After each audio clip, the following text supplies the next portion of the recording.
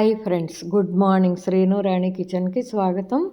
నేనైతే నేతిలో కిస్మిస్ వేయించాను. అలాగే ఒక బౌల్ వచ్చేసి గోధుమ రవ్వ నేతిలో వేయించాను.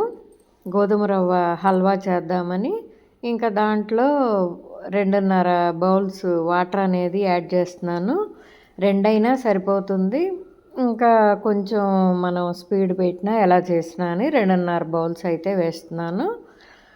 ఇంకా బెల్లం వచ్చేసి ఇది దగ్గర పడిన తర్వాత నేను 3/4 కప్పు దాకా బెల్లం అయితే యాడ్ చేశాను. ఇంకొంచెం కావాలంటే 2 స్పూన్స్ యాడ్ చేసుకోండి. మీరు తీపి ఎక్కువ తినేవాళ్ళు అయితే. యాలకులు అయితే వేసాను దంచి జస్ట్. ఇంకా ఇది గిన్నె నుంచి సపరేట్ అయిన తర్వాత మనం తీసేసుకోవటమే. బెల్లం మొత్తం కరిగిపోతుంది. తురుముకున్న బెల్లం కాబట్టి త్వరగా కలిసిపోతుంది. ఈ హల్వా అనేది నైవేద్యంగా చేసుకోవచ్చు. ఇంకా మనం మొత్తం దించే ముందుగా ఈ విధంగా నెయ్యి వేసుకుని కిస్మిస్ అయితే యాడ్ చేస్తున్నాను. ఇదిగోండి గోధుమ రవ్వ హల్వా రెడీ.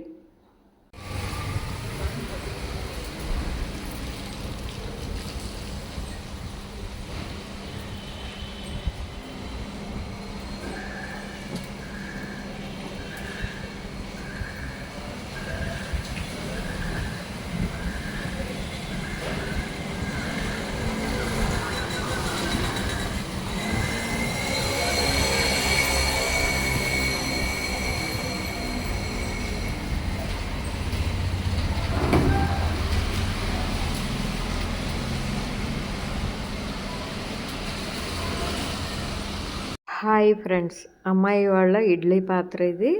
ఈ విధంగా అయితే ప్లేట్లు ఉన్నాయి. ఇంకా నేను ఇడ్లీ అయితే వేసేస్తున్నాను. దేనికది ఈ విధంగా పెట్టుకోవటమే చక్కగా ఉంటాయి.